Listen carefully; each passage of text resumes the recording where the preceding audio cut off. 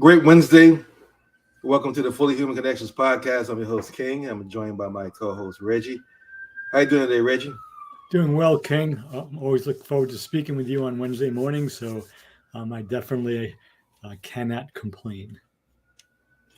Same here, same here. It's a beautiful day, not just because it's sunny outside, but it's a beautiful day to be alive. And that leads right into what I'm grateful for. I wake up each day with that mentality of every day is a beautiful day, whether it's raining, snowing, fog, doesn't matter to me. It's another day, another opportunity to be a better person than I was the day before and be grateful for the ability to see, hear, walk, talk, stand, breathe, and have a sound mind to recognize the day. And be grateful for that my mother's alive to experience another day with me and I with her, and the rest of my family can still feel her energy. Grateful for, again, having a roof over my head as well as food to eat, um, heat when it's cold, and air when it's hot, and then finally just the ability to continue to get wiser. I appreciate when I learn something new, and at this age, at this end stage in my life, I'm addicted to learning more than anything else. So I really, truly appreciate learning more than I ever have. So that's my gratitude moment for today.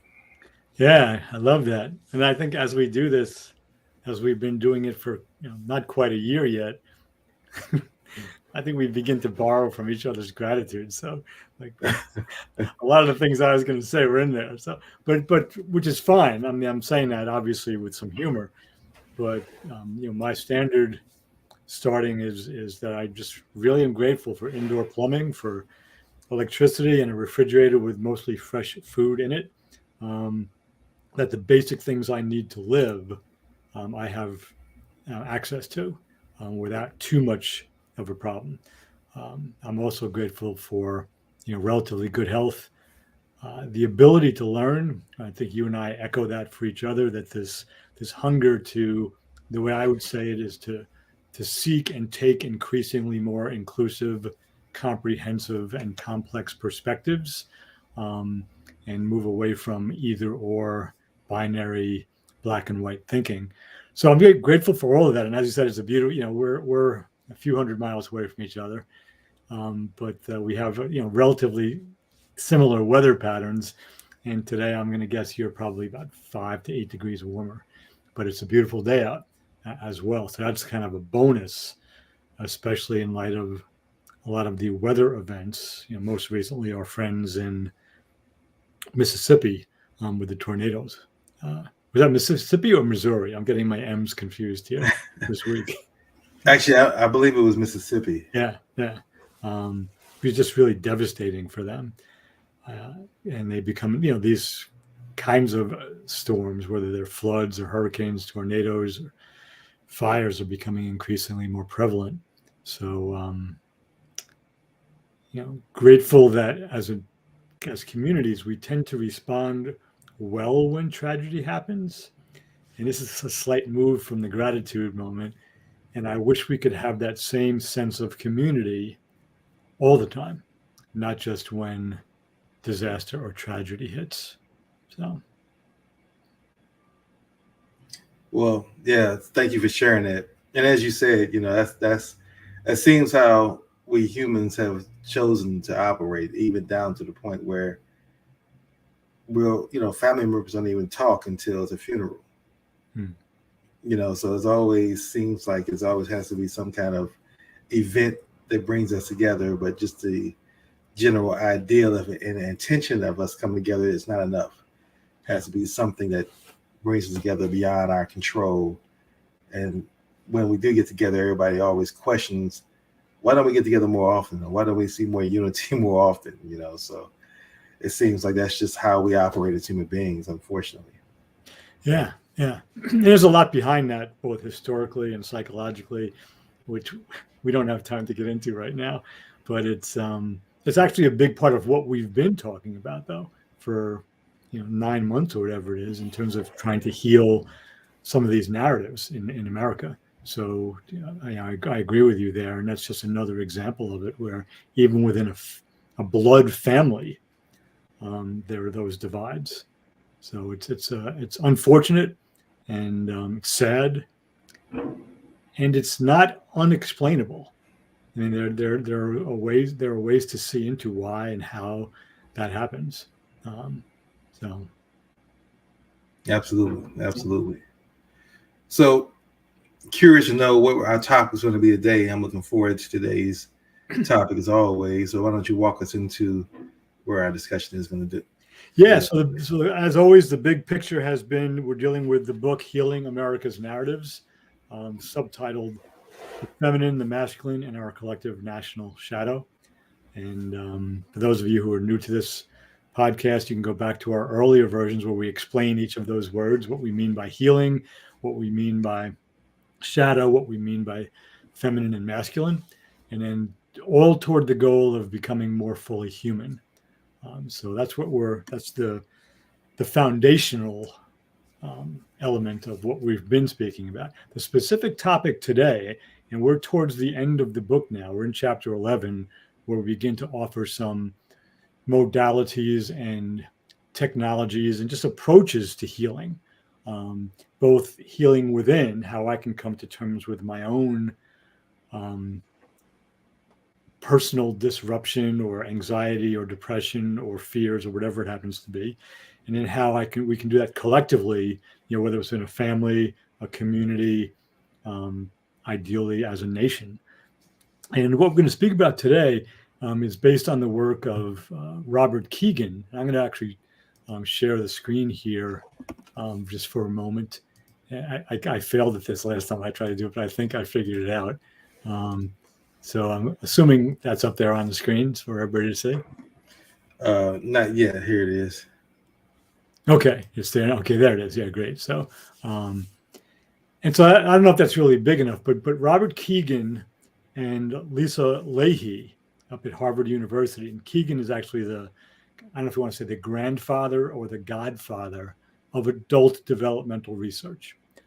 So prior to his work, the basic look at human development was that from conception in the womb through birth, through around the age of 18 to 22 or so, if you were more or less loved and reasonably well fed, there were certain developmental things that just happened. You move through early childhood, middle childhood, late childhood, adolescence into young adulthood, and it just kind of happened. And they thought you were kind of done then, but through Kegan's research and others who have followed his path, excuse me, we now know that it's not true, and we can continue to develop throughout our lives. That's one of the reasons that you and I, have found ourselves on similar pages, because we believe in that and believe in ongoing growth. So Kegan and his colleague Lahey came up with a process going on 15 years or so now ago called immunity to change. And I was going to speak to it briefly while this screen share is up, and then we'll take the screen share down and just talk about it. So briefly, in their process, we're asked to just identify what we're committed to, what our goals are. And, and it's a written process, so you write them down so you can get really clear. And then there's 4 basic steps here. In the second step, we're asked to identify what our obstructive behaviors are. So here's my goal. Here's what I really want to accomplish or achieve.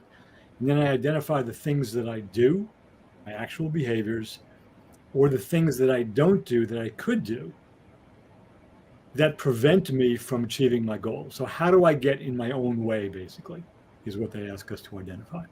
And it's pretty straightforward. And if you do it authentically and sincerely, it can be real, kind of not embarrassing, but kind of eye-opening. And if you have a good sense of humor, you can kind of laugh at yourself a little bit.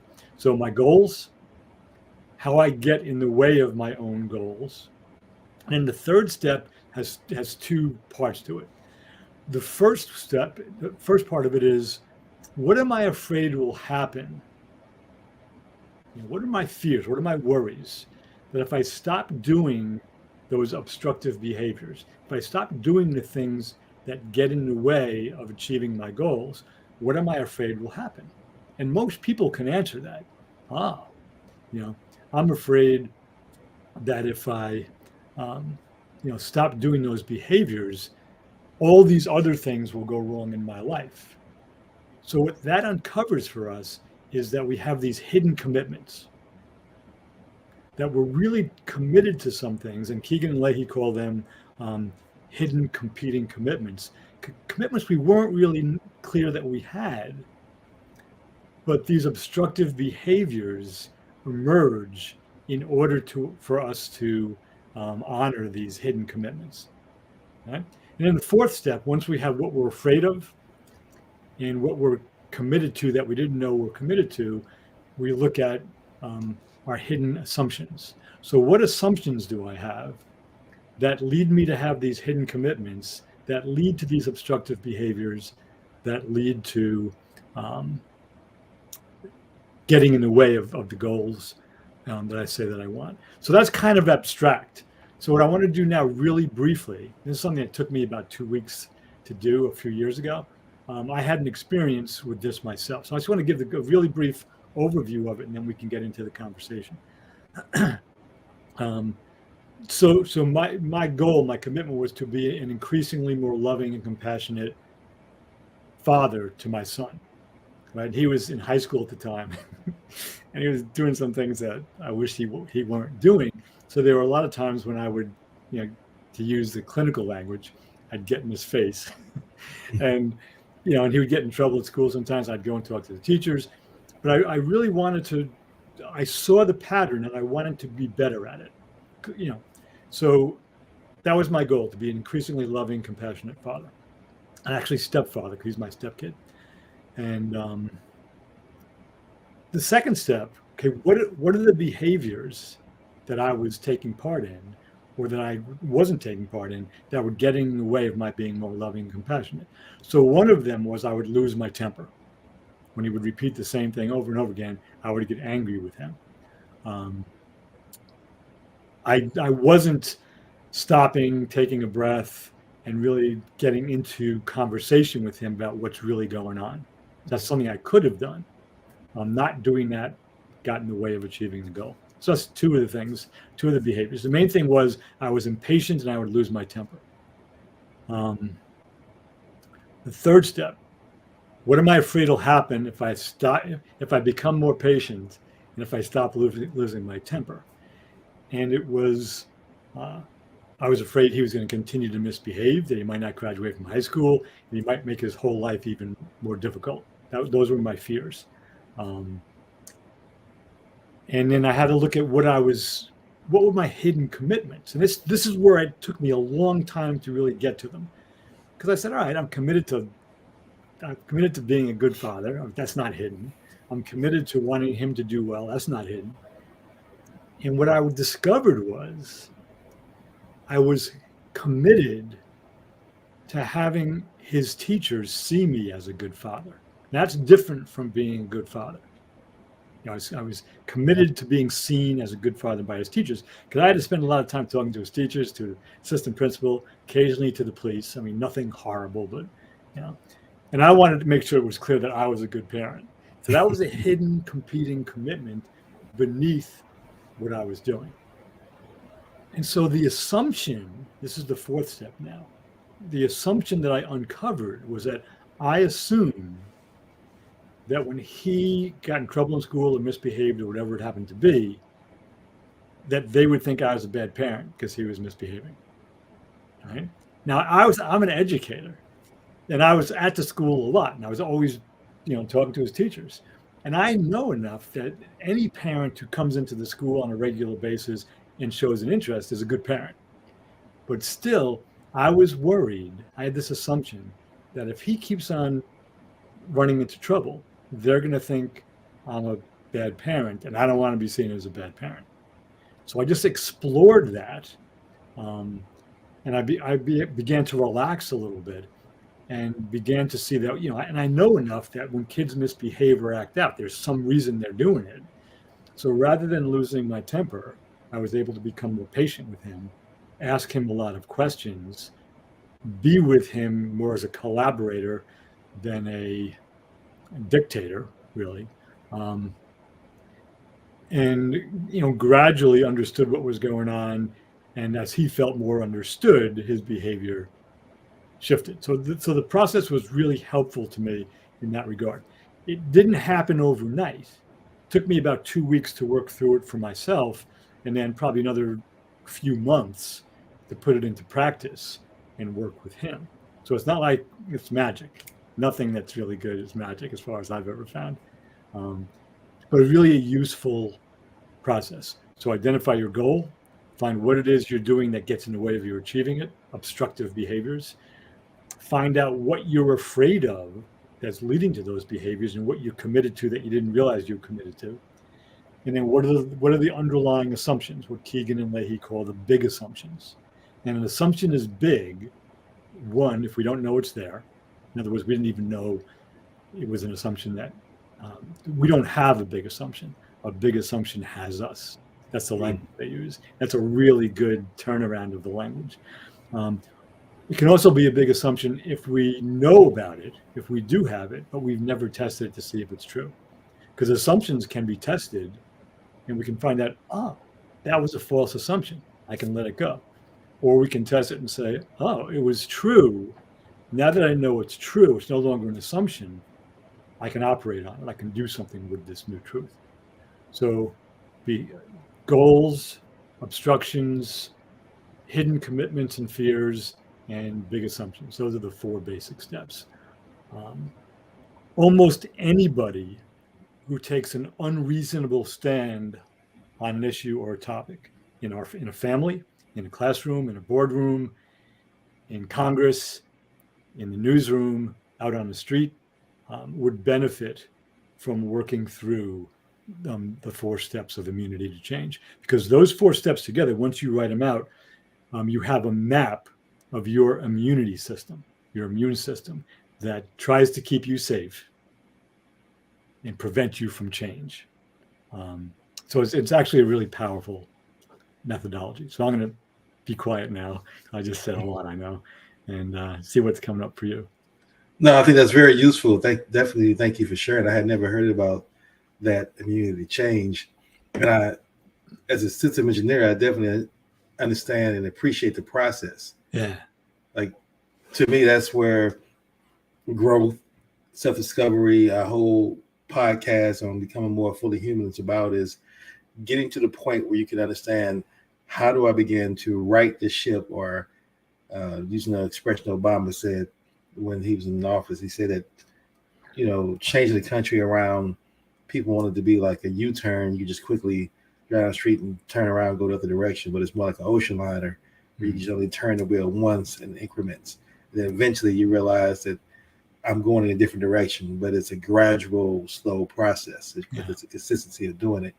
And now what really resonates with me from the immunity change is that I've learned, I even use this language now as I got wiser and older, not to judge people, but judge their behaviors. So get at the core of somebody's behaviors, even my behaviors. To me, it's fascinating. And the more I study and work towards becoming self-mastery, and that's the journey that I'm on, it's been able to control my behavior. So I do things that I want to do and not do things I don't want to do, and then have to reflect or regret or whatever that may be.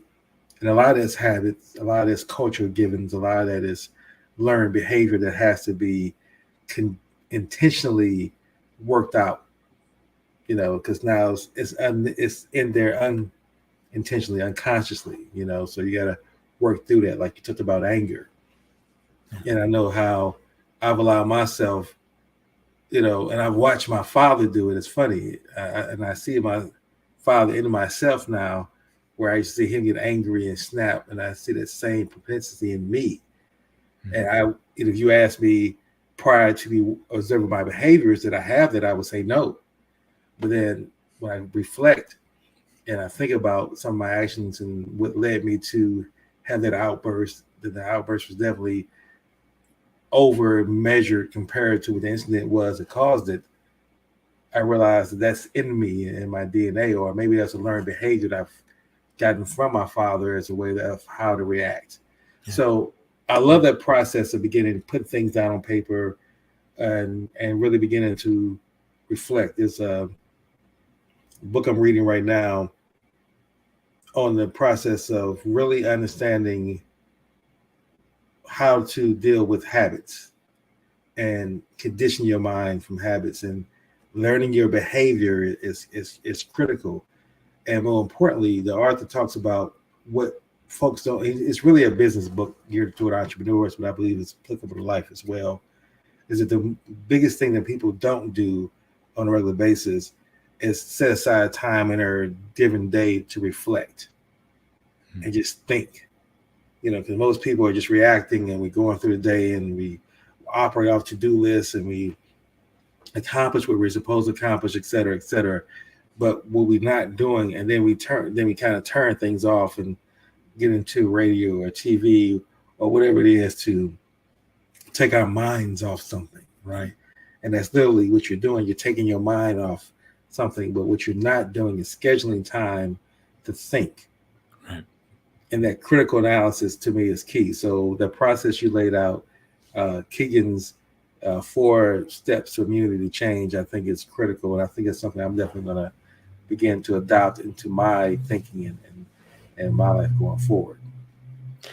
Yeah, and so for anybody who's viewing or listening to this, and there's actually a if you go to his website, I'm going to forget the name of it now.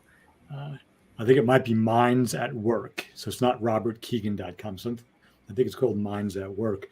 But you can actually they make a chapter of the book Immunity Change available, and it's a chapter where they show you how to work through the process on your own. If I can come up with that before the end of the podcast, I'll share it. But right now, I don't want to go searching for that because I might not be able to find it. But if you search online, you'll be able to find that. It's literally a chapter from the book that walks you through the process. Yeah, and in terms of our earlier, and I love that you tied it into your with your background as a systems engineer, because this is really this is working through an immunity to change system.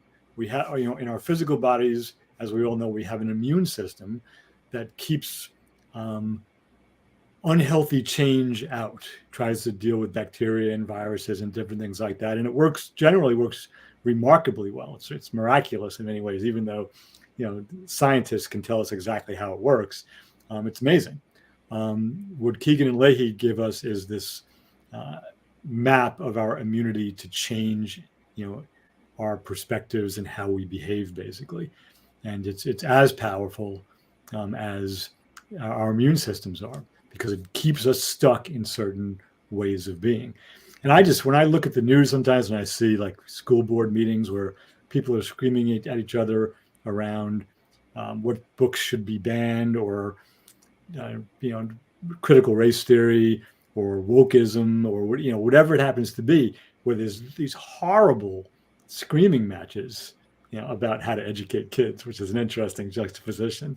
The adults in the room are exhibiting behaviors that are not how we want to educate our children. Right. But if we were to be able to sit down with people on both sides of those debates and really work through, what are your goals, what are the behaviors that get in the way, what are your fears, what are your hidden competing commitments, and what are your assumptions, for anybody who would be voluntarily open and willing to do that kind of personal work, a process like immunity change would be infinitely valuable. It would be really valuable. Again, not a magic bullet, not a magic wand, but to really get insight into, rather than giving my attention to those other people who want something that I disagree with, I can look into myself and say, well, what is it that keeps me wanting what I want in the way I want it, such that I'm screaming at a school board meeting rather than having an adult conversation with somebody I disagree with. And it works there. It would also be a really good exercise for the young people in universities now who are committed to not exposing themselves to diverse opposing viewpoints. They want to ban opposing viewpoints from the classroom and from guest lectures and things, because they feel threatened by it. So immunity change works if you're conservative, if you're liberal, if you're in the middle somewhere. It's a content-free process that doesn't take political sides. Anybody can use it and benefit from it. So it's I find it to be really valuable. Yeah, I want to I want to bring up the graphic back on the screen again. Yeah. Just so that I can look at each step. So identify commitments, what you're doing, not doing instead. Now, I think step number 2 is definitely something that's critically important to write down. Yeah. Because I think this is where most people go wrong, is they try to think things through mentally and lay out a mental picture. And as you and I both know, it's a big difference in the law of creation between your thoughts, putting it into writing, and then putting it into action. Each of those steps require a whole different thought process, or reveal something different to you than you originally thought. So write down your behaviors that work against you. Now, this is where I think that the immunity to change map has to be for someone who is committed to that change. Like, you have to be open to say, I want to change. I see there's a problem with me. And I know that that's really the crux of our podcast, is becoming more fully human. It's making that commitment to say, no, first it's making the statement that I want to become more fully human, and then understand there's a process, and then committing to that process. Yeah. Because I think that step number 2, and that's why I really want to bring this up and discuss this a little bit more, is where most people won't see or won't do this work, what you're not doing. Because our leadership has taught us to be victims and be told that the reason you don't have things, the reason that you're not getting where you want to go, is because of something external to you is preventing you from that. And that's the narrative that most people operate under. And what this is saying is, no, it's not so much external to me, it's actually within my control, but I have to be clear on what my actions and behaviors are. And to me, it's that line of thinking that puts you in this mindset of being willing to commit to this. So my question to you as a coach and as an author who's implemented this style, and someone who's actually used this to work out a better relationship with you and your son, what is your experience in sharing this immunity to change with other folks? In other words, let me ask this way. Have you found someone who's resistant to the deep exploration work that's required in order to move forward? Yeah, great question. So and 2 things. First, I want to say that this is that's actually the map, the written piece that appears in Kegan's work and in the book itself. And there's a lot more nuanced instruction that goes along with this. So I gave a real quick overview of it in a couple of minutes. And I'm going to answer your question directly in just a second. Just one example of the nuance. So in the 3rd column, when you get to the hidden competing commitments, it's actually important that you express them in the negative. So I actually said, I'm committed to not being seen as a bad parent by the teachers. So it's, and there's reasons for that, which again are nuanced. I'm not going to get into them now. But reading the book, or actually being trained by someone, being guided by a coach through this, is an important thing to do. If you just kind of look at the 4 columns and try to do it, you might get something out of it, but it's not a 5-minute exercise. It's something that requires some time. And as you said, writing it down is really important. So back to your question. The specific times I've engaged this process have been, one, with coaching clients who by definition are committed to change. They don't get in touch with a prospective coach, have a conversation, then agree to pay money if they don't have some kind of commitment. So that's one. The other place I've used it is in coaching instruction, where I had a classroom of specifically health coaches. And this is one of the things that we taught them, as much so they could learn how to do it, but primarily so they could learn their own immunity to change map. Because some of them realized that they were stuck in certain things they had to do to get their degrees and their training, and they really thought they wanted it, but they would get in their own way. So, this process was almost 100% accepted and fully engaged in by the students and the clients. There were a couple of students, and this is just true with students in any discipline, in any school or any training anywhere. There are some who would try to get by with as little work as possible. And they tended to resist really taking their time and going through each of these 4 columns and steps to get to the heart of their personal immunity change map. But generally speaking, my experience has been, because people were either paying tuition or paying a coaching fee, that they showed up committed to doing the work. If somebody were forced at work, so sometimes in a corporation, the leaders might think, oh, coaching would be good for my direct reports or for this department or whatever. So let's bring some coaches in, or a team of coaches in, and maybe one of the things we'll use is immunity to change. There will be resistance to that, whether it's immunity to change or integral coaching, which I use, or voice dialogue, and some of the other tools that are out there. Yes, somebody who is pretty much told you have to do this will resist it, even if in the long run it would be beneficial, because they didn't choose it themselves. If they don't see the need for it, even the usefulness of it, there's going to be resistance. Even people who are committed resist change. I mean, one of the things that I know, and I speak about with all of my clients, is, about midway through, they're excited when they come into the coaching, and I am, starting anew. We determine what we're going to work on. In the first couple of sessions and their practices, they're really enthusiastic. And then, if we're doing a 6-month coaching program and we're about 2 months in, 2.5 or 3 months in, it can become a little bit of a grind. So resistance naturally, I would say, and automatically comes up, because whether we call it their immunity to change system or their current way of being, or their comfort zone, those are all kind of referring to similar things. That's going to resist the change.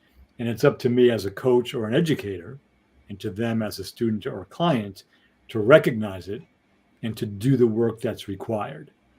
So that was kind of a long and winding response. But the more commitment somebody has coming in, the smoother the process tends to be. But because we're human and we like our comfort zones, even with a commitment, some resistance typically shows up. And that's where a good facilitator or coach or educator can really help the process. Yes, absolutely. Well, thank you for answering that. That brought up another quick question I just want to ask, and I want to make some more points about some of the other columns. I think they're important, especially given the news that's happening in today's news, or yesterday's news that's happening currently. And that is, I know that in column 3, there's a worry box. Yeah. And can you talk a little bit more about the worry box? Yeah. So the worry box is the kind of, call it the pre-work for uncovering these previously hidden competing commitments.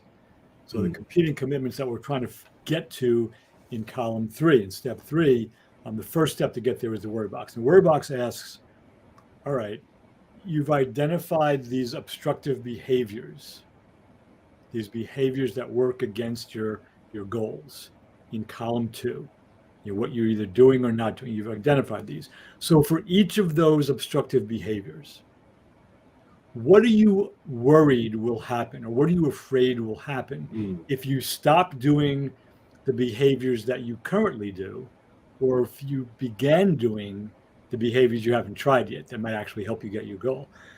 Because if you weren't worried or fearful, you would do them. You would stop doing the obstructive behaviors, and you would begin doing the behaviors that might help you. And so in my case, and just go back to a concrete example, what I discovered was that I was worried that if I didn't show up in school and recognize that, he was getting in trouble, and that when I was dealing with him, if I wasn't firm and something of a dictator, I was worried I would be seen as a weak or ineffective or bad parent by his teachers. And I was also worried, that was the one that was really hidden for me, the hidden competing commitment. I was also worried that he wasn't going to get out of high school and that his life could tank and he would get into more trouble. That was a real concern, but that wasn't hidden for me. Mm. That wasn't a hidden competing commitment. The one that was hidden was I was committed to not being seen as a bad parent by his teachers or by the local police or by, and I want to put it in case he ever hears this and people listen about this, he was in trouble with the police because he was skateboarding where he wasn't supposed to be skateboarding. He wasn't out there like, beating up people or, committing major crimes. He was skateboarding on private property. And,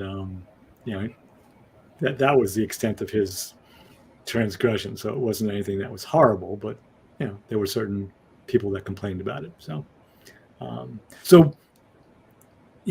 what am I afraid is going to happen if I stop doing these obstructive behaviors? Or what am I afraid is going to happen if I do some of the behaviors I'm not doing yet? And, in my case, it was calm down, be more patient. And, I had to just work through all that. One of the best places, and Kegan wrote a separate book about this, one of the best places to apply this is to weight loss. So a lot of health coaches use this because and I'm not going to go through the whole process, but this gets to the underlying reason why, and yes, I'm not speaking about people who have some kind of a genetic predisposition to gain weight. I'm speaking about people who, if they really, ate better and maybe got some more exercise, could lose and keep weight off. So there are lots of reasons people can't do that. We're not speaking about the ones that are directly involved with their metabolism and any genetic predispositions, but just based on willpower. And Kegan wrote a book about this, specifically about weight loss, because he had his own issues with it, and he used himself as an example. And it gets to the heart of why people lose weight and then gain it back, because they don't know the hidden assumptions and the hidden competing commitments about their obstructive behaviors. Something as simple as my cultural given was never to waste food. And so if I'm never going to waste food, and I had aunts and mothers, a mother and grandmothers who would say to me as a child, have more, have more. And I was afraid to say no to them because I'd get in trouble. I didn't want to hurt their feelings. And that was really common in my culture. And I'm a second generation Italian American. There's this, as long as I'm stuck in that cultural given, I clean my plate even when I'm not hungry. I take more when it's really good because I don't want the cook to feel bad. And that's not a good way to lose weight.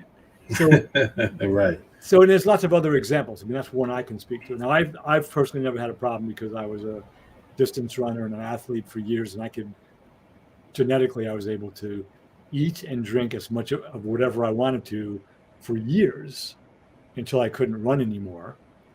And I had my hips replaced in my late 40s because of injuries. So I had to relearn how to eat because I didn't want to gain unnecessary weight. But, Kegan's book, and I forget the title of it, but it's easy to find.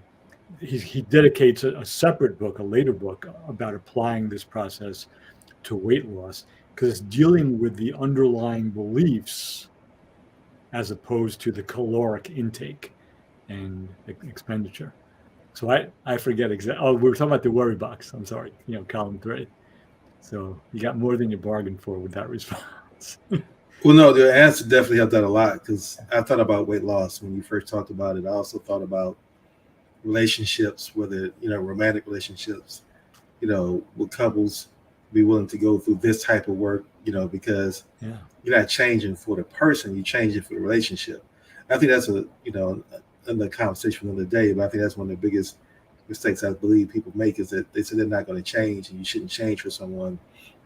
And I agree, you shouldn't change for them, but you should change for your relationship because you're both bringing in bad behaviors. And to me, anytime you want to look at becoming a better person and growth, this can be very helpful. Now, what I want to talk about next, and my comment is going to be centered around, as I mentioned before, today's news, we did the tragic, the school shooting in Nashville. Mm. And I remember when, and I believe you were on this, that's when you first joined us, if I'm not mistaken. There was another mass shooting when Kent and I was doing the podcast, and we talked about the impact of how that felt. And again, my heart goes out to the parents and the students and everyone involved in that, who's going to still suffer from this emotionally and mentally, because you never really get over this kind of traumatic experience if you're involved in this at any level. And but my point is, listen to different conservative pundits talk about it as usual. Well, listen to Democrats, liberal folks talk about it. It's more gun control. So that's what you always hear after each school shooting. And so the big assumption there that I wanted to bring up is that we think that if we were to get rid of the guns from folks who are, law-abiding citizens, we come up with laws that enact that they can't have guns, or we reduce the number of guns from the individuals who can just buy them on the streets, the criminals are always going to have guns. So the big assumption is guns should be taken away. And that's a big debate there. I don't know if that will solve it or not, unless you get rid of all guns, period. I think that'd be the ultimate solution. But not to go on the conversation, but another big thing that's also mentioned is another way to solve the issue of school shootings is, and this is the big assumption, it's having armed police or ex-military at the schools. So the big assumption there, and I think this is a racial big assumption, because it comes down to how white people see the police and how black folks see the police, that more police is always better. And I believe in white people's minds because they feel safe around the police. Whereas as a black person, and I know within my community, and this is again going with the big assumptions, that most black folks won't agree to say we want more police at the school, especially ex-military, because they come in with biases. And so now you're going to have the likelihood of more black kids being unfairly targeted or maybe even killed as a result of having more police or more, especially ex-military folks who just come in to the schools who are armed and think that's going to solve the problem. And see, that's where I'm going with these big assumptions. I'm not saying one is wrong or one is right, but the big assumption is that your solution is right, that your solution that you're proposing is the solution that will end this, and I'm just why I believe that everybody needs to kind of really go through this, who are really committed to change, or who's not just bringing an agenda to the conversation. Now, a person who's bringing an agenda to the conversation obviously doesn't see that they need to change. They believe you need to change. And that's their agenda, is to change your mind. But I think that at what point do we come to in this country where we stop allowing politics to further divide us? That's what's happening. Like, one thing that everybody can agree upon for sure is that there are going to be more school shootings. Yeah. We know that now. And unfortunately, we're becoming desensitized to those now, where, like I said, because they're happening so frequently, when you say it's a mass shooting, and most folks can't even tell you how many that's happened this year. Like, this is not the first mass shooting that's happened this year. So that's how regularly they happen. So we've gotten used to the point where someone does that. And I just wanted to mention this point, that to think about the fact that, which I don't understand this behavior, when someone says, I'm actually going to go into a school that's the most, undefended. And I guess that may be the reason why, because it's the most, you got defenseless kids. But to think about, I'm going to go just shoot at a school where I personally don't have to worry about being harmed in this. It's that at least I reduce the risk of me being harmed. Then they actually wear a vest. That's the part that really shows. They actually put a tactical vest on each time when they go in these schools, and so they want to live a few seconds longer to do more killing. But folks, see, my thing is, if you really got that, driven by that desire that I'm no longer happy with my life, I'm so appalled at the system, so discredited are so frustrated with politics, why not go somewhere where you can be equally met? Why is it always I got to be the bully of it? I got to go somewhere where it's a church or a school and act my kind of rage. That's the kind of thinking that I don't understand at all. But I digress from that. But I just wanted to bring up the big assumptions because I think a lot of times most people operate, as you say, if the assumption is so big, you don't realize it's not the assumption that you have, the assumption has you. And I think that's what we see. And I see it being played out so much every day on so many different topics that we're living in currently. Yeah, I mean, the assumption, yeah, I mean, that's why I think it's not the only reason, but that's a big reason why this process engaged authentically and with integrity, again, not going into it with an agenda to try to get the result I want, but to discover something about myself, is really effective. And the gun violence, especially, but not only in schools, I mean, that's such a, I mean, I don't know the answer to that. I wouldn't pretend to. I have a strong opinion about it. But it's, if we look at this country, first of all, violence in schools and gun violence in general is not an international issue. It's an American issue. Not saying it never happens anywhere else, but we're so far ahead of the rest of the liberal, democratic, capitalist nations on the planet. And even it doesn't happen in China either, because for different reasons, because there's less freedom there. And but we're unique in this. I mean, violence is our normal from the inception of the country, which was British versus British, right? Through the civil war that was anything but civil, through the enslavement of Africans and African Americans to the subjugation and theft of land from Native Americans, all of which involved violence, to all of the wars we fought. Violence is inherent in Americans' adolescence as a country. We're a young country, 246, almost 247 years old. So violence is something that we swim in. It's in the air we breathe. It's part of who we are. Now, we are a lot of other things too. I'm not reducing us to that.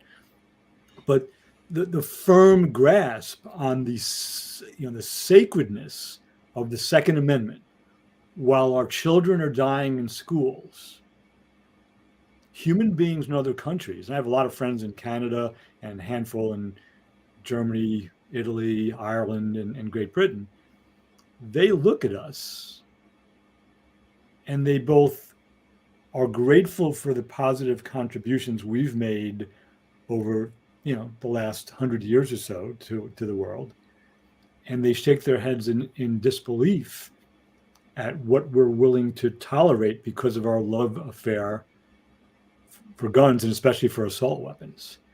If so there's a value system here where people who say they're pro-life also tend to be pro-gun in this country. So they're more kind of pro-birth and pro-gun, and people who say that they're pro-choice, tend to be against having more and more guns, but that we refuse to ban assault weapons or make them really hard to get, because a group of men, not quite 300 years ago, in a different time, with different cultural givens, these were men who were wearing white powdered wigs, and they were brilliant in their own way, but they were white powdered wigs, they owned slaves, and they subjugated women because of what they wrote and ratified in 1787, that somehow the right to bear arms means that we should have more guns than people in the United States, despite the fact that we kill each other every day. That's not rational thinking. It really isn't, because it's basically saying that the right to have all of these weapons, especially assault weapons, is more important than the right to life, liberty, and the pursuit of happiness. When I say the right to life there, I'm not speaking about the abortion issue. I'm speaking about the children who were 9 and 10 years old, I believe, in the school shooting this past week, their right to have a life. And it would be much harder for that 28-year-old woman to walk into that school with a knife or even a big sword and kill 6 people. Well, yeah, absolutely. And to your point, she wouldn't have done it because she wouldn't have had the bravery to do it in that context. She wanted to execute as much harm while reducing the amount of harm that came back to her. Yeah, and I'm not someone. I have a lot of friends who are retired police officers and former military, and all of them own guns. And I'm not somebody who's on the take away all the guns bandwagon. First of all, it's never going to happen in this country. But as the country continues to tolerate, I mean, and we're talking about school shootings and mass shootings every day in this country. About 100 people die from gunshot wounds. About a third of those are suicides. Actually, about 2/3 of them are suicides, I think. About 66 a day suicides with guns. And about a third of those are combat veterans. And we basically have said that's okay. We're not taking away, we're not going to change, the gun legislation. We're not going to ban assault weapons. And that's a measure of who we are as a people, I believe. A British journalist back in 2012, 2013 said the gun debate in America ended after Sandy Hook because Americans decided it was okay to kill school children. And that's a paraphrase of what he said. That's what he said. And is that a complete truth? No. Is it partially true? It absolutely is.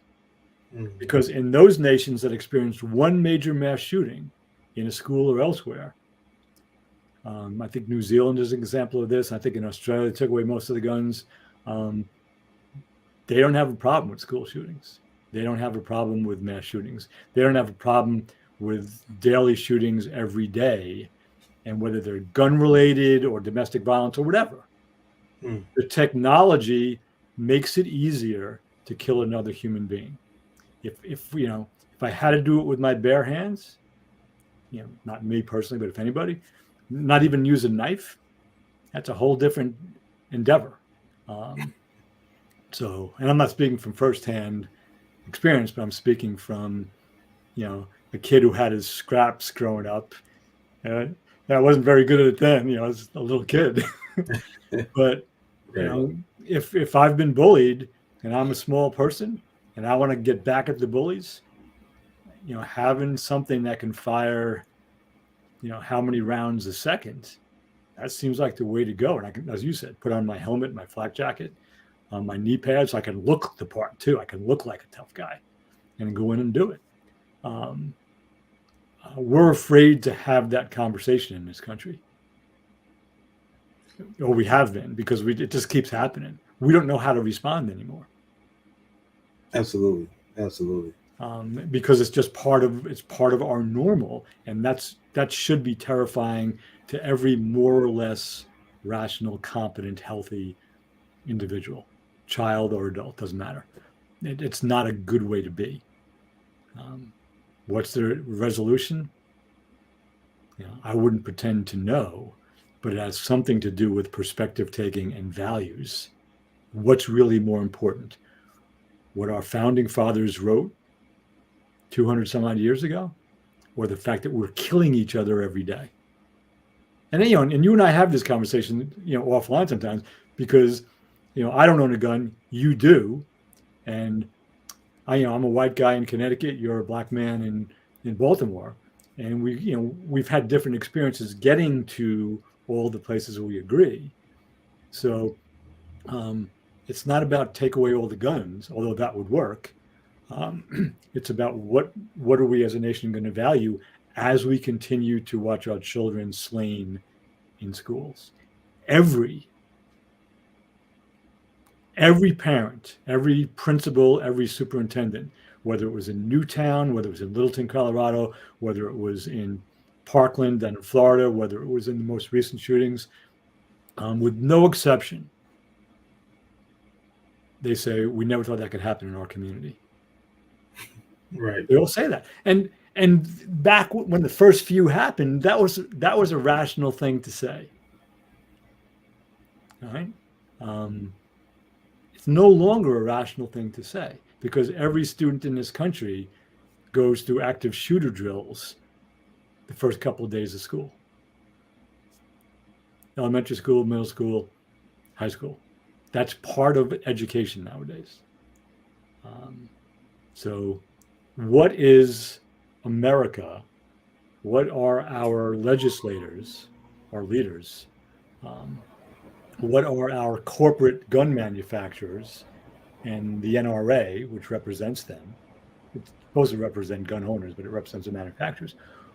What is it that all of these groups are immune to in terms of change?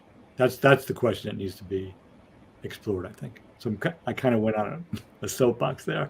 But all of us could benefit from that. What are we afraid of changing? That's an excellent segue into as we begin to wrap up the podcast, our next step, which is, what are the next steps for someone to kind of implement the immunity for change that you see? Yeah, so for me, the easiest way into that, to practice that process, is to buy the book and read it. You could go find the sample PDF chapter that they make available, which tells you how to go through it. And that's fine. It's free. You don't have to spend any money. But there's a lot more nuance and explanation in the book than there is in the one sample chapter. So again, if you go online and you look for Robert Kegan, I think it's called Minds at Work, and there's a place where the books are published, and there's an offering of a sample chapter. That's the easiest way in. But buying the book, makes a lot of sense too. If you have more cash to throw around, you can find an immunity to change facilitator and bring them into your group or your corporation and have them go, walk you through it, or hire a coach who's competent at it as well.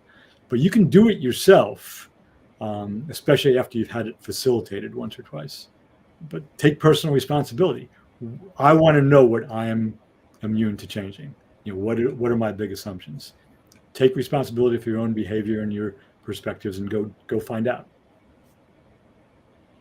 Absolutely. And now we've reached a point of the podcast where we want to give examples of human beings that we feel that have exhibited the behaviors and are becoming more fully human, whether they're past or present. So, Reggie, you have anybody in mind that you want to share with this week? I hadn't given it any thought. I'm gonna have to wing this.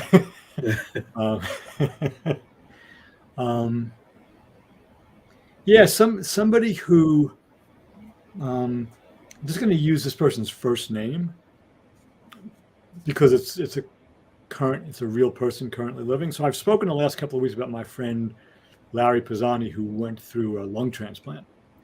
I've mentioned him a couple of times, and he's actually home now. He got home yesterday, so things are going really well, exceptionally well. And about 6 months before he was diagnosed with this, with the first symptoms of this pulmonary fibrosis that he suffers from, he began dating a woman, and she was with him the first time his symptoms emerged. Long story short, as the symptoms got worse and worse,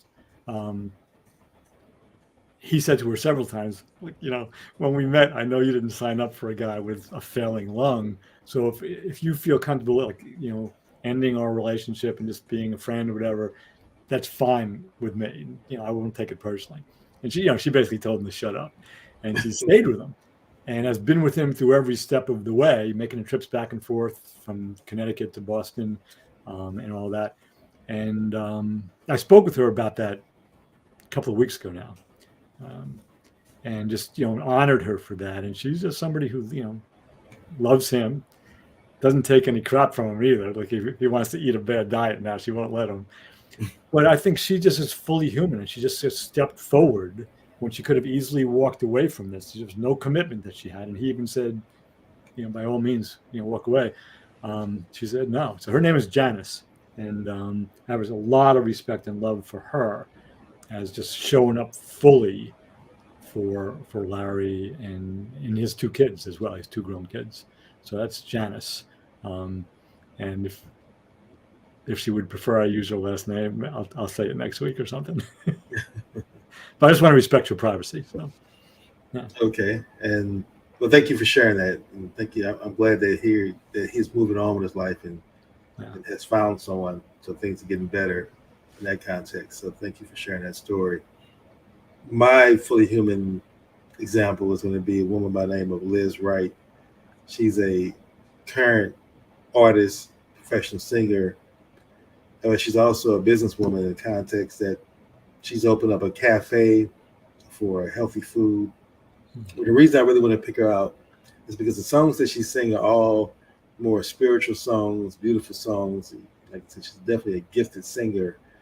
But then she's also has created a record company where she's going to help produce more artists and help artists get out there and get their music out there to the world. But she's doing it in a conscious way where she's going to allow the artists to get 70% of the profits generated from that. She's creating that kind of company.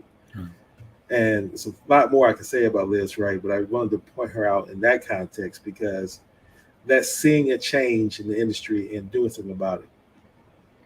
Very few artists do something about it. Every artist I've heard talk about the industry issues, and it's like that's just, you have to go through it until you get to a point where you can dictate your own level of, you have the leverage, you can dictate your rate and what you expect, but to let everybody go through that same process. It's a rites of passage, so to speak, where she decided that she's going to do something different, even though she's not. So she's committing her life to now bringing that kind of change in the world. And to me, that's why I'm highlighting her, is to give her and show everyone else that's the exploration of become more fully human, is seeing a change and first changing yourself, because she has a beautiful spirit. You watch her in the interviews. I don't know her personally, but watching her in the interviews, looking at her performances, and just her energy and her spirit that she gives off is something that's contagious and infectious. But then at the same time, being empathetic enough and having emotional intelligence to realize I also need to do something to correct the injustice that I see in my own industry. And to me, that's an example of someone become more fully human, because that's the path I'm on as well. It's not enough to just be a spectator on the sideline talking about the issue. Is what can I do to bring about change? Even though I may not change the entire system, but I can definitely impact. And if she can impact 4 or 5 artists from her and plant seeds in them, and then they begin to think that way, that's the most she can hope for. And she does that, and she's done a wonderful job. So Liz Wright. Yeah, great. No, I love that story. Thank you for sharing that. And I know we're right at the end here. Just want to mention I found the title of Robert Kegan's book on weight loss. It's called Right Weight, Right Mind. So if anybody is interested in applying immunity to change the weight loss specifically, that book would be the way to go. There's both case studies in there and an unfolding of the process. So it's Right Weight, Right Mind by Robert Kegan. Excellent. Yeah. Excellent. Well, we've reached the end of our podcast. Again, I think as we continue to explore what it takes to become more fully human, the immunity for change is definitely something that I'm going to look at. I'm going to go through, because I believe that it's required, it's necessary. And I think not only in changing me, but beginning to change the conditions of people around me, it's something I want to begin to master that process by going through it, like you said, yourself first, and then teaching to others within my own networks and business organizations as a recipe, or I should say a process for truly bringing about the change that we see in ourselves. And then that's going to allow us to track other people in that same path who are aligned with making those changes in our lives. So again, Rich, thank you for writing that in your book, for taking the time to do the research, and then for also bringing it to today's discussion. Yeah, you're welcome. Excuse me, you're welcome. I appreciate the opportunity to talk about all of this with you. once a week too. So thank you, King. Absolutely. And thank you, listening audience, for tuning in to another episode of Fully Human Connections. Again, we encourage you to watch us on Facebook, LinkedIn, YouTube, and comment with your thoughts about what we're talking about. Do you have any, are you willing to experience that change? Are you willing to go through the deep reflective analysis that's required to become more fully human? Just food for thought for everyone out there listening. And until next week, the next Wednesday at 10 a.m., I wish everyone a blessed and productive day. Thank you all.